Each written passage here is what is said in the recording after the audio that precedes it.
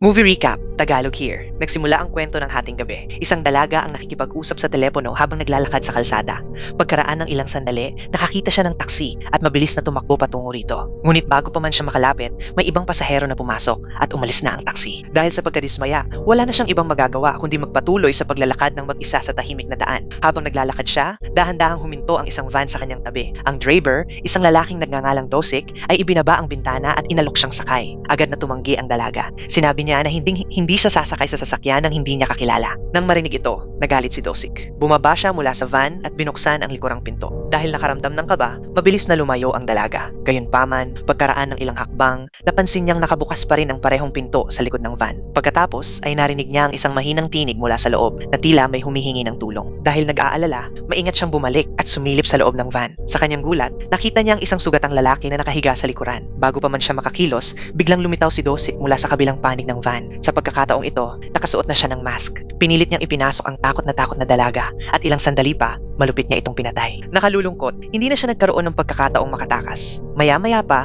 dumating ang mga pulis sa pinangyarihan. Tinanong nila si Dosik kung siya ang tumawag sa 911. Nagkunwari siyang takot at nag-aalala at sinabing, oo. Sinabi niya sa mga opisyal na nakita niya ang patay na dalaga sa malapit. Pagkatapos ay gumawa siya ng kwento na nagsasabing 3 dayuhang manggagawa ang umatake sa dalaga at tumakas bago pa man niya ito mapigilan. Napakahusay ng kanyang pagkukunwari kaya tila wala siyang kasalanan. Samantala, ipinakilala sa atin ng isang bingi at pipi na dalaga na nagngangalang Kyung Mi. Nagtatrabaho siya bilang tagapayo sa sign language sa isang sentro ng tawag para sa sign language. Sa kanyang pahinga, nagpadala siya ng mensahe sa kanyang ina na iminumungkahi na magbakasyon sila sa Jeju Island at magpahinga ng magkasama. Sa trabaho, nakaupo si Kyung Mi kasama ang kanyang mga katrabaho nang biglang pumasok ang isang katulong sa silid. Ipinahayag niyang kailangang sumali ang lahat sa isang inuman kasama ang ilang kliyente pagkatapos ng trabaho. Hindi nasiyahan ng mga empleyado dahil hindi ito bahagi ng kanilang trabaho. Noon, pumasok ang tagapamahala at sinabi sa lahat na mahalaga para sa kumpanya na mapasaya ang mga kliyente. Tinanong niya kung sino ang gustong sumama. Walang pag-aalinlangan na itinaas ni Kyung Mi ang kanyang kamay. Sinabi niyang siya ay empleyado tulad ng iba at ayaw niyang tratuhin ng iba dahil sa kanyang kapansanan. Hindi niya alam kung ano ang naghihintay sa kanya, masaya siyang sumama sa grupo. Mamaya sa pagtitipon, sinimulan ng mga kliyente at ilan sa kanyang mga katrabaho na pagtawanan ng kanyang itsura at katawan. Ngunit dahil hindi sila naririnig ni Kyung Mi, patuloy siyang nakangiti at tinatamasa ang kanyang pagkain. Kasabay nito, lihim siyang gumamit ng sign language upang insultuhin sila pabalik. Dahil wala sa kanila ang nakakaunawa ng sign language, tumatawa lamang sila at walang kaalam-alam sa kung ano talaga ang sinasabi niya. Samantala, ang isa pang dalaga na nagngangalang Sojung ay naghahanda para sa isang blind date. Habang naghahanda siyang umalis, napansin ng kanyang kuya na si Jong Tae ang kanyang suot. Sinabi niya masyadong maikli ang kanyang palda at pinapalitan siya ng mas angkop na damit. Nang marinig ito, nagalit si Sojung at nakipagtalo sa kanya. Matapos ang kanilang pagtatalo, pinalitan na rin ni Sojung ang kanyang suot at lumabas na nakamaikling pantalon. Gayunpaman, hindi pa rin nasiyahan ang kanyang kuya na si Jong Tae. Sinabi niya kailangang umuwi siya bago mag alas 9 ng gabi. Habang nakatingin sa larawan ng kanilang yumaong mga magulang, nagreklamo siya kung gaano kahirap at katigas ang ulo ng kanyang kapatid. Ngunit ayaw makinig ni Sojung. Buong tiwala niyang sinabing uuwi siya ng hating gabi, hindi ng alas 9. Suot ang kanyang puting sapatos na may takong, masaya siyang tumakbo upang makipagkita sa kanyang pakikipag-date. Samantala, natanggap ng ina ni Kyung Mi ang kanyang sahod at labis na nagalak. Nakangiting sinabi niya sa kanyang anak na sa wakas ay makakaya na nilang magbakasyon sa Jeju Island. Habang lumilipas ang gabi, biglang hindi na sumasagot si Sojung sa mga mensahe ni Jong Tae. Sa una, sinubukan niyang huwag mag-alala. Ngunit nang biruin siya ng kanyang kaibigan na marahil ay abala ito sa kanyang pakikipag-date, lalo siyang kinabahan. Kasabay nito, naglalakad pa uwi sina Kyung Mi at ang kanyang ina sa isang tahimik na kalsada matapos ang pagtitipon ng kumpanya. Habang naglalakad, napansin ni Kyung Mi na may tumatakbo palapit sa kanila mula sa likuran. Ilang sandali pa, nakilala niyang ito ang kanyang ina na masayang nagmamadali matapos makatanggap ng sahod. Mabilis na inikot ni Kyung Mi ang kanyang mga kamay. Sinusubukang sabihin sa ina na bagalan nito ang paglakad. Ngunit dahil bingiri ng kanyang ina, hindi nito naririnig ang anumang babala. Biglang may mabilis na dumaan na motorsiklo sa kanya ng ilang beses. Sa bawat pagdaan nito, halos mabangga na siya. Agad na sinaway ni Kyung Mi ang kanyang ina gamit ang sign language. Sinabi niya na mapanganib ang pagtakbo ng ganoon at maaari itong magdulot ng malubhang aksidente. Tawang-tawa lamang ang kanyang ina at sinabing dapat na silang pumunta sa Jeju Island ngayon na may pera na sila. Bagaman inis pa rin, sinabi ni Kyung Mi na hindi tungkol sa pera ang problema. Biro ng kanyang ina na baka nagmadali lamang siya para ipagmalaki ang kanyang natanggap na sahod. Dahil sa biro, pareho silang napangiti. Samantala, umuwi na si Jong Tae at napagtantong hindi pa rin nakakauwi si Sojung. Lalo siyang kinabahan. May nararamdaman siyang hindi tama. Maya-maya pa, inihatid ni Kyung Mi ang kanyang ina malapit sa kanilang bahay at sinabing ipapark niya muna ang sasakyan. Tahimik, madilim at halos walang tao ang paligid. Hindi kalayuan, naghahanap na si Dosik ng susunod niyang biktima. Nakita niya ang ina ni Kyung-mi na nag-iisa at dahan-dahang naglakad patungo rito. Ngunit bago pa man siya makagawa ng anuman, nakita niya si Sojong na naglalakad pauwi ng mag-isa. Agad niyang pinalitan ang target at sinundan ito sa madidilim na kalsada. Ilang sandali pa, bigla itong inatake ni Dosik. Sa kabilang banda, nahihirapan si Kyung-mi na makahanap ng mapagpaparkahan. Pagkaraan ng ilang sandali, nakapag-park na rin siya. Ngunit hindi sinasadyang naiwan niya ang kanyang telepono sa loob. Sa ibang lugar, paulit-ulit na tumatawag si Jong-tae sa kanyang kapatid, ngunit hindi ito sumasagot. Ang mga bakanteng kalsada at ang katahimikan sa paligid ay lalong nagpapabahala sa kanya. Hindi na makapaghintay, tumakbo siya palabas upang hanapin ito ng mag-isa.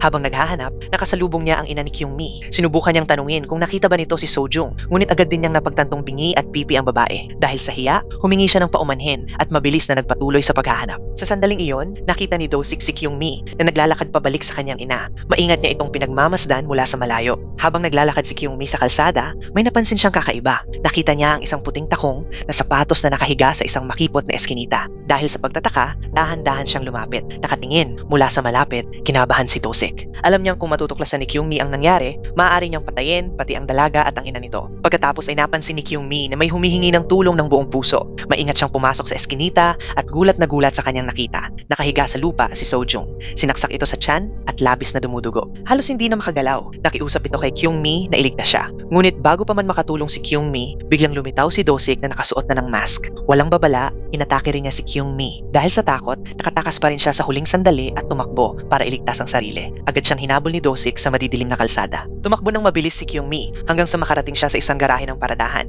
Nakita niya ang pinto ng labasan sa unahan, kaya nagmadali siyang pumunta rito, umaasang makakatakas bago siya maabutan ng mamamatay tao. Nakakandado ang pinto at ang ingay ay narinig ni Dosik. Nang malaman niyang tumatakas si Kyung-mi, mabilis din siyang tumakbo para habulin ito. Ngunit nakapagbukas naman ang kandado si Kyung-mi sa tamang oras. Mabilis siyang pumasok sa kanyang sasakyan at tahimik na nagtago. Agad niyang kinuha ang kanyang telepono at tinawag ang kanyang ina gamit ang video. Binalaan niya ang ina na huwag pumunta kahit saan at sinabing pupunta siya agad dito. Ngunit biglang nagbigay ng babala ang sasakyan na may tao sa loob. Tumingin si Kyung-mi sa salamin at gulat na gulat. Nakaupo sa likuran niya si Dosik na may hawak na kutsilyo. Sa mahinahon ngunit nakakatakot na tinig, sinabi niyang magmaneho na siya dahil naghihintay na ang ina nito.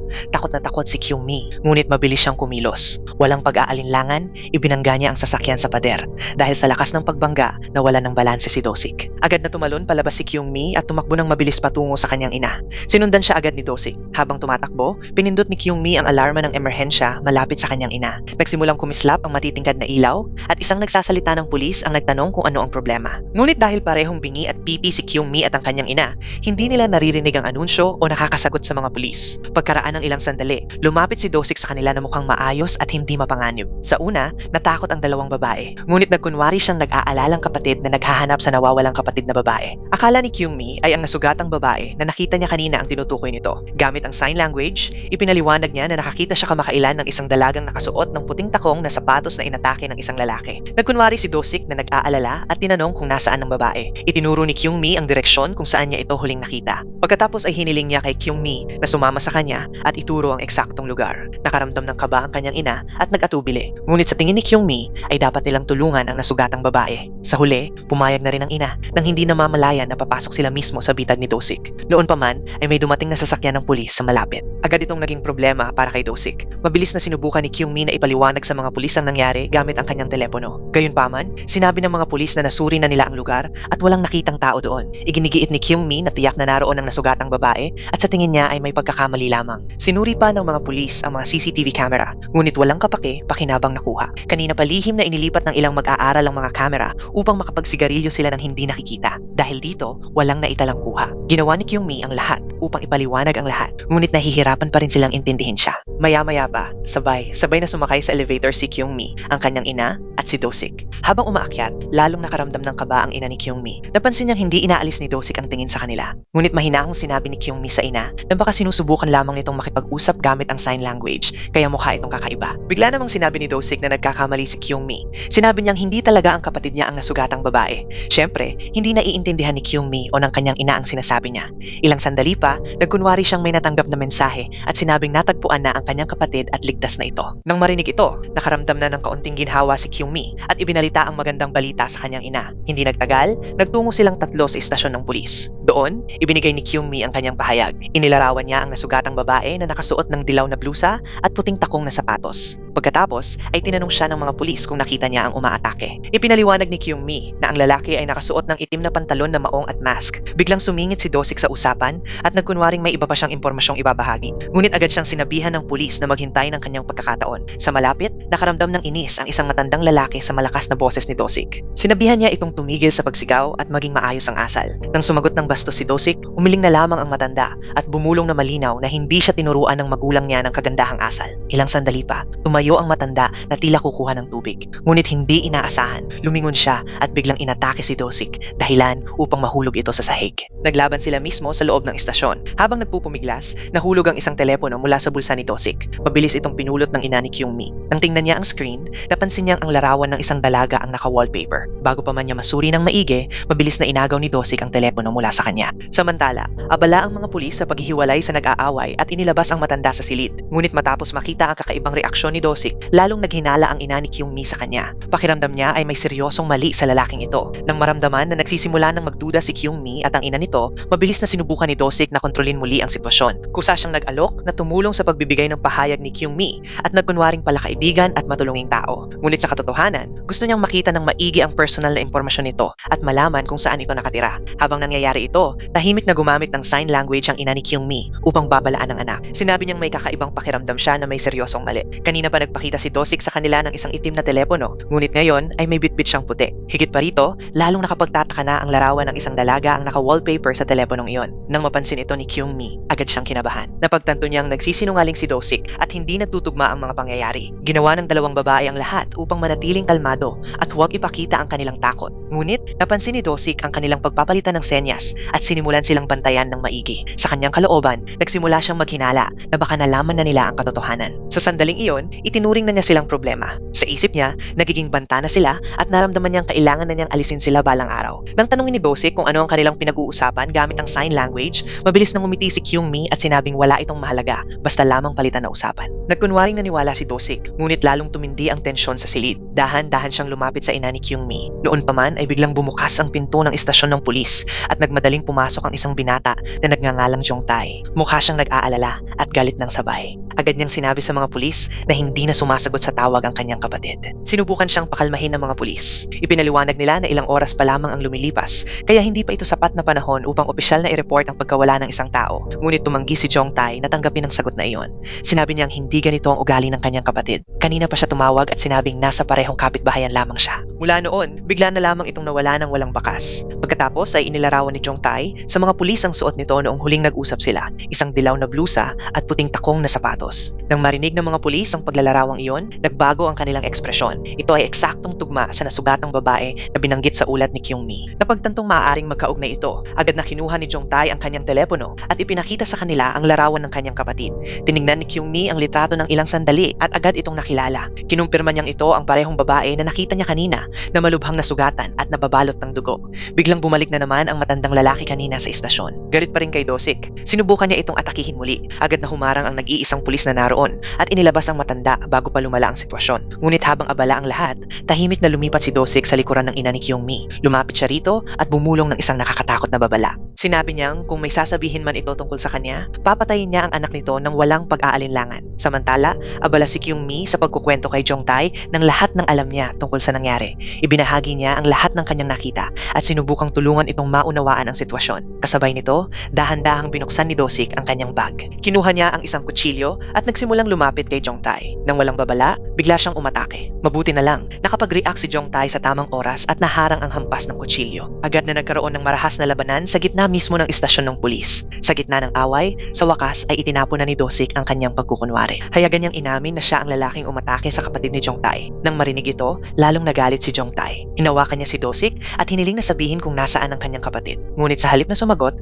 binigyan lamang siya ni Do-sik ng malamig na ngiti. Pagkatapos ay may sinabi siyang talagang nakakatakot. Sinabi niya kay Jong-tae na malapit na ring mamatay ang kanyang kapatid. Ang mga salitang iyon ay nagpapakita na malayo pa ang katapusan ng bangungot na ito. Dahil sa nakakagulat na sinabi, tuluyan nang nawala sa sarili si Jong-tae. Puno ng galit at takot para sa kapatid, paulit-ulit niyang sinuntok si Do-sik. Tumanggi siyang bitawan ito hanggat hindi niya nalalaman ang katotohanan. Pagkaraan ng ilang sandali, kinuha ni Jong-tae ang kutsilyo at idiniin ito sa leeg ni Do-sik. Sinigawan niya ito at hiniling na sabihin kung nasaan ang kanyang kapatid. Ngunit bago pa man siya makakuha ng sagot, biglang pumasok ang ilang pulis sa istasyon. Ang nakita nila ay si Jong Tae na may hawak na kutsilyo sa leeg ng isa pang lalaki. Agad na sinamantala ni Dosik ang pagkakataon. Sa isang iglap, nagkunwari siyang inosenteng biktima. Sinabi niya sa mga pulis na bigla na lamang siyang inatake ni Jong Tae nang walang dahilan. Iginigiit niyang inakusahan siya ni Jong Tae na nagdukot sa kapatid nito at bigla na lamang itong nagwala. Naguluhan ang mga pulis. Hindi nila alam kung sino ang nagsasabi ng totoo. Nagpupumilit ipaliwanag ni Jong Tae ang lahat, ngunit labis siyang natataranta at nagagalit. Dahil dito, nahihirapan ang mga pulis na maunawaan ang tunay na nangyari. Upang hindi na lumala pa ang sitwasyon, nagpasya ang mga opisyal na pigilan siya. Ginamit pa nila ang taser upang mapasuko siya. Habang bumagsak si Jong Tae sa sahig, muling sinamantala ni Dosik ang kaguluhan at tahimik na tumakas. Sa labas ng istasyon, kinakabahang naghihintay sina Kyung-mi at ang kanyang ina, umaasang malalaman kung ano ang nangyayari. Pagkaraan ng ilang sandali, dahan-dahang lumabas si Dosik mula sa istasyon na parang walang anumang nangyari. Nagsindi pa siya ng sigarilyo at nakipag-usap pa ng normal sa isa sa mga pulis. Gulat na gulat ang ina ni Kyung-mi. Lumapit siya sa pulis at sinubukang alamin kung bakit malaya si Dosik. Agad na napagtanto ni Kyung-mi ang isang nakakatakot na katotohanan. Walang kaalam ang pulis na si Dosik pala ang tunay na umaatake. Ginawa niya ang lahat upang ipaliwanag ang katotohanan, ngunit hindi naiintindihan ng pulis ang kanyang sign language. Nang sa wakas ay mapagtanto ng mga pulis na may mali, wala na si Dosik. Hindi nagtagal na ipaliwanag na ni Jong Tae nang maayos ang lahat sa mga opisyal. Habang nakikinig sila sa kanya, sa wakas ay naintindihan nila ang malaking pagkakamaling nagawa nila. Puno ng pagsisisi, humingi sila ng paumanhin sa kanya at agad na nagsimulang maghanap kay Sojong. Naglabas ng paalala ang mga pulis at nag-organisa ng malawakang paghahanap upang mahanap ito bago mahuli ang lahat. Samantala, nakakulong pa rin si Sojong sa loob ng parehong van, walang malay at walang kaalam-alam sa lahat ng nangyayari sa paligid. Upang matiyak ang kanilang kaligtasan, inalok ng mga pulis na ihatid pa uwi sina Kyung-mi at ang kanyang ina. Kasabay nito, ipinagpatuloy ni Jong Tae ang kanyang paghahanap ng mag-isa. Higit pa sa dati, nangako siya sa sarili na mahahanap niya ang kanyang kapatid at ibabalik ito ng ligtas. Pag-uwi sa bahay, nagtimpla ng tsaa ang ina ni Kyung-mi para sa kanyang anak. Sinubukan niyang aliwin ito at sinabing magiging maayos din ang lahat. Umaasa siyang malapit na ring matapos ang bangungot na ito, ngunit biglang nasira ang katahimikan. Malakas na tumunog ang alarma ng bahay. Agad na napagtanto ng dalawang babae na may mali. Parang may nasa labas ng pintuan na pilit pumapasok. Mabilis na napuno ng takot ang buong bahay. Dahan-dahan at maingat silang naglakad patungo sa pintuan sa harap.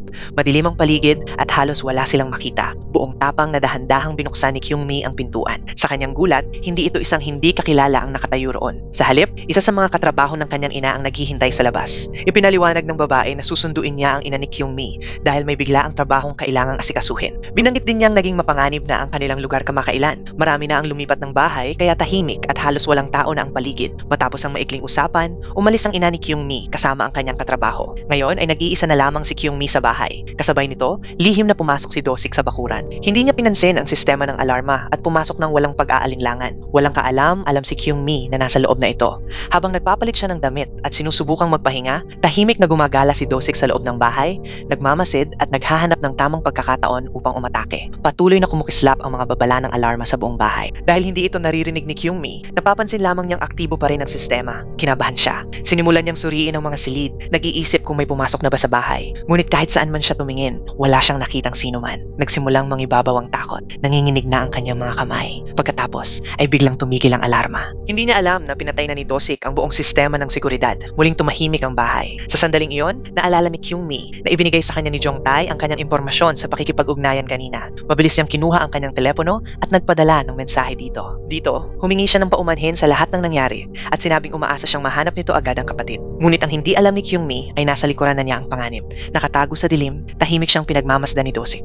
At sa kanyang mga kamay ay may hawak siyang malaking palakol, handang umatake anumang oras. Sa sandaling iyon, nakaramdam ng ginhawa si Kyung-mi nang biglang tumigil ang alarma. Ngunit hindi nagtagal ang pakiramdam na iyon. Sa kanyang kalooban, naramdaman niyang may nakatayong napakalapit sa kanyang likuran. Sa sandaling lumingon siya, inatake siya ni Dosik. Agad na kumilos si Kyung-mi. Naiwasan niya ang atake at tumakbo sa isang silid sa malapit. Mabilis niyang ikinandado ang pinto at itinulak ang isang mabigat na mesa sa harap nito upang hindi makapasok si Dosik. Dahil sa takot, kinuha niya ang kanyang telepono at nagpadala muli ng mensahe kay Jong Tae. Sinabi niya rito na nasa loob ng kanyang bahay ang umaatake at nakiusap na tulungan siya. Sa sandaling mabasa ni Jong Tae ang mensahe, tumakbo siya patungo sa bahay ni Kyung-mi nang mabilis hanggat kaya niya. Samantala, nagpadala rin ng mensahe si Kyung-mi sa kanyang ina. Binalaan itong huwag pumasok sa bahay. Ilang sandali pa, sumagot ang kanyang ina at tinanong kung bakit nakabukas pa rin ang tarangkahan sa harap. Tila nalilito at nag-aalala ang boses nito. Akala ni Kyung-mi ay nakauwi na ang kanyang ina. Dahil gustong protektahan ito, sinimulan niyang buksan ang pinto. Ngunit noon ay napansin niyang may may kakaiba sa mga mensahe. Nang tingnan niya ng mas maigi, napagtanto niyang hindi tama ang mga ito. Biglang pumasok sa isip niya ang katotohanan. Si Dosik ang nasa likod nito. Bago pa man siya makakilos, hinawakan ni Dosik ang kanyang braso at sinubukang pumasok ng pilit sa silid. Mabilis siyang itinulak pabalik ni Kyung-mi at muling isinara ng malakas ang pinto. Pagkaraan ng ilang sandali, nakatanggap siya ng nakakatakot na mensahe mula kay Dosik na nag-uutos na lumabas siya agad. Sa labas, patuloy na tumatakbo ng desperado si Jongtae patungo sa bahay, umaasang hindi pa siya huli. Sa wakas ay nawalan na ng pasensya si Dosik. Itinaas niya ang kanyang mabigat na palakol at sinimulang basagin ang pinto. Sa bawat malakas na hampas, unti-unting nasisira ang pinto. Sa loob lamang ng ilang segundo, pumasok na siya sa silid. Sa eksaktong sandaling iyon, gumawa si Kyung-mi ng isang desperadong desisyon. Tumalon siya palabas ng bintana. Habang nahuhulog siya, hinawakan siya ni Dosik sa buhok at sinubukang hilahin pabalik sa loob. Ngunit tumangging sumuko si Kyung-mi. Nagpumiglas siya gamit ang buong lakas hanggang sa mawalan na ng hawak si Dosik. Nahulog siya sa tumpok ng mga sako ng basura at karton sa ibaba na nagpahina sa kanyang pagbagsak at nagligtas sa kanya mula sa malubhang pinsala. Sa sandaling makatapak siya sa lupa, tumayo siya at tumakbo. Tumakbo siya patungo sa kalsada ng mabilis hanggat kaya niya. Hindi nagtagal, nakita siya ni Jongtae mula sa malayo at tumakbo rin patungo sa kanya. Ngayon, silang tatlo ay sabay na nagtatakbuhan sa mga kalsada. Tumatakbo si Kyung-mi para sa kanyang buhay. Hinahabol siya ni Dosik at hinahabol naman ni Jongtae silang dalawa. Sa huli, nakarating si Kyung-mi sa isang patayong dulo. Bigla niyang napagtanto na wala na siyang matatakbuhan pa. Ilang sandali pa, dumating si Dosik at ngumisi sa kanya. Tinanong niya kung paano pa siya magtatakas ngayon. Dahil alam niyang wala na siyang pagpipilian, kumuha si Kyung-mi ng upuan sa malapit at naghandang ipagtanggol ang sarili. Noon pa man ay nakahabol na rin sa wakas si Jongtae. Sumugod siya pasulong, handang atakihin si Dosik. Ngunit bago pa man siya makagawa ng anuman, naglabas ng kutsilyo si Dosik at idiniin ito sa kanyang leeg. Binalaan niya itong huwag gumalaw. Pagkatapos ay may sinabi pa siyang mas masama pa. Kung papatayin man siya ni Jongtae, hinding-hindi na nito malalaman kung nasaan ang kanyang kapatid. Pinilit ni Dosik si Jongtae na pumilit. Ililigtas ba niya si Kyung-mi o hahanapin ang kanyang kapatid?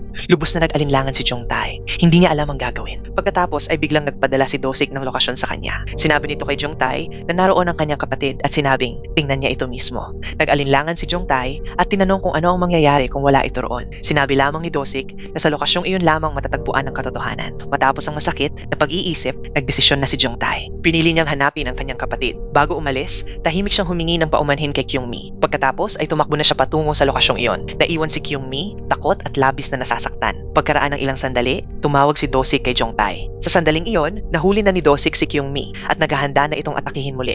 Sa telepono, sinabi ni Jongtae na wala ang kanyang kapatid sa lokasyong ibinigay ni Dosik. Mahinahong sinabi ni Dosik na tingnan niya ng mas maigi. Pagkatapos ay malupit niyang idinagdag na malapit na ring dumating ang ina ni Kyung-mi. Sinabi niya kay Jongtae na sabihin dito na patay na ang kanyang anak dahil sa kanya. Matapos sabihin iyon, ibinaba niya ang tawag. Hindi nagtagal, sabay na nagmadali ang ina ni Kyung-mi at si Jongtae patungo sa lugar na iyon. Ngunit nang dumating sila, wala na si Kyung-mi. Samantala, patuloy pa ring lumalaban si Kyung-mi para sa kanyang buhay. Habang pinipigilan siya ni Dosik, mabilis siyang kumuha ng dakot na lupa at inihagis ito diretso sa mga mata nito. Napasigaw si Dosik at napaatras. Gamit ang maikling pagkakataong iyon, nakawala si Kyung-mi at muling tumakbo. Kasabay nito, patuloy na naghahanap ng desperado ang kanyang ina at si Jongtae sa kanya. Habang tumatakbo sa lugar na iyon, biglang napansin ni Kyung-mi ang isang sugatang dalaga sa malapit. Sa kanyang gulat, ito pala ay si Sojung, ang nawawalang babae na hinahanap ng lahat. Malubha ang kalagayan ni Sojung at humihingi ng tulong ng buong puso kay Kyung-mi.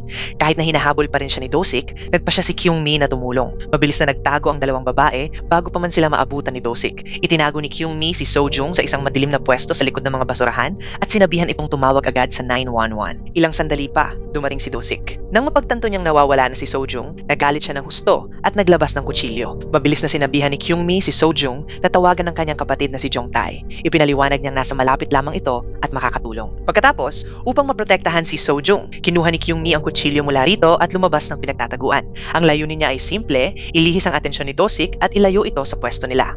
Habang papalapit si Dosik sa pinagtataguan ni Sojung, sadyang gumawa ng ingay si Kyung-mi upang makuha ang pansin nito. Naging matagumpay siya. Agad na humarap si Dosik sa kanya. Nang malaman niyang tinutulungan ni Kyung-mi na makataka si Sojung, binandaan niya ito. Sumigaw siya na kung hindi lalabas si Sojung, papatayin din niya si Kyung-mi. Sa sandaling iyon, pinatay ni Kyung-mi ang alarma at tumakbo ng mabilis hanggat kaya niya. Muli siyang hinabol ni Dosik. Samantala, may tumawag kay Jongtae. Nang sagutin niya ito, gulat na gulat siyang narinig ang boses ng kanyang kapatid. Mabilis na sinabi ni Sojung kung saan siya nagtatago.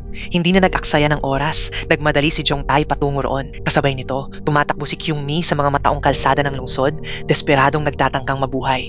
Patuloy siyang hinahabol ni Do-sik sa gitna ng karamihan. Hindi nagtagal, dumating na ang mga pulis at ambulansya kay Sojung. Agad nila itong ginamot at sinigurong ligtas ito. Agad na tinanong ng ina ni Kyung-mi kung nasaan ang kanyang anak. Ipinaliwanag ni Sojung na inilagay ni Kyung-mi sa alanganin ng sarili niyang buhay para iligtas siya. Nang marinig ito, sabay na nagmadali sina Jong-tae at ang ina ni Kyung-mi patungo sa sentro ng lungsod upang hanapin ito. Samantala, patuloy na tumatakbo si Kyung-mi sa buong lungsod. Sinubukan niyang humingi ng tulong sa mga tao at ipaliwanag ng desperado na may pumapatay sa kanya. Ngunit walang nakakaunawa sa kanyang sign language. Nakikita lamang nila ang isang takot na babae na kumikilos ng kakaiba. Dahil sa takot, kumuha pa ng kutsilyo si Kyung-mi at sinubukang babalaan ang lahat sa panganib. Sa malas, lalo lamang silang natakot sa kanya. Kasabay nito, nagkunwari si Do-sik na siya ang nag-aalalang kapatid nito. Sinabi niya sa mga tao na hindi balanse ang pag-iisip ng babae at sinusubukan lamang niyang iuwi ito ng ligtas. Dahil dito, walang tumulong kay Kyung-mi. Sa gitna ng kaguluhan, nakatakas siya muli. Hinabol siya ni Do-sik, ngunit sa huli ay nawala na ang kanyang bakas. Pagkaraan ng ilang sandali, nakita siya ng isang pangkat ng mga sundalo na naglalakad-lakad. Akala nila ay kamag-anak ni Do-sik si Kyung-mi, kaya ibinalik nila ito sa kanya at ibinigay pa ang matalas na piraso ng bakal na hawak ng babae. Nagpasalamat si Do-sik at inalis si Kyung-mi. Sa puntong ito, nawalan na ng pag-asa si Kyung-mi. Gamit ang sign language, sinubukan niyang sabihin kay Do-sik kung gaano siya natatakot. Sinabi niyang ayaw pa niyang mamatay. Gusto pa niyang maglakbay sa mundo kasama ang kanyang ina. Gusto pa niyang magpakasal sa mabuting lalaki balang araw. Gusto pa niyang magkaroon ng pamilya at mamuhay ng masaya. Puno ng luha ang kanyang mga mata habang nakikiusap na huwag siyang patayin. Ngunit hindi naiintindihan ni Do-sik ang kanyang mga senyas at kahit pa malaman niya, wala siyang pakialam. Hindi nagtagal, kinaladkad niya ito patungo sa isang madilim at bakanting eskinita. Nang tila, wala na talagang pag-asa, biglang lumitaw si Jong-tae mula sa likuran at inatake si Do-sik.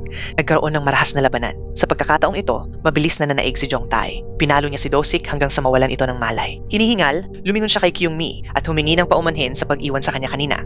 Agad na nagtanong si Kyung-mi tungkol kay Sojung. Sinabi ni Jong-tae na ligtas ang kapatid at ginagamot na sa ospital. Idinagdag din niya na hinahanap siya ng kanyang ina at gustong makita agad siya. Sa maikling sandali, tila natapos na rin ang bangungot. Ngunit, biglang nagising si Do-sik. Nang walang babala, sinugod niya si Jong-tae mula sa likuran at ibinagsak ito sa lupa. Pagkatapos ay pinalo niya ito ng walang awa. Nang makita ito, kumuha si Kyung-mi ng kutsilyo. Tawang-tawa si Do-sik at kinutya siya. Tinanong niya kung alam ba nito kung paano ito gamitin. Noon pa man ay pilit na tumayo muli si Jong-tae. Ngumisi si Do-sik at sinabing may mamamatay ngayong gabi. Pagkatapos ay ibinunyag niya ang susunod niyang target, ang ina ni Kyung-mi. Matapos sabihin yon, tumakbo siya palayo. Samantala, desperadong hinahanap ng ina ni Kyung-mi ang kanyang anak. Hindi nagtagal, nakita niya si Do-sik sa malayo at tumakbo patungo rito. Nakiusap siya na sabihin kung nasaan si Kyung-mi. Itinuro ni Do-sik ang isang walang kinalaman na direksyon at sinabing naroon daw ito. Ngunit agad na nakaramdam ng kaba ang ina ni Kyung-mi. Sa eksaktong sandaling iyon, nakita ni Kyung-mi ang kanyang ina na nakatayo malapit kay Do-sik. Takot na takot para sa kaligtasan ng ina, tumakbo siya patungo sa kanila ng buong bilis. Walang pag-aalinlangan, sumugod siya at sinaksak si Do-sik sa tiyan. Pagkatapos ay mabilis niyang ipinaalam sa ina na siya na ang bahala sa lahat. Kahit nasaksak na, nagsimulang tumawa si Do-sik. Sinabi niya kay Kyung-mi na akala niya nga ay baka siya ang tanging taong kayang tumigil sa kanya. Pagkatapos ay itinuro niya ang isang kakaibang bagay. Nang atakihin siya nito,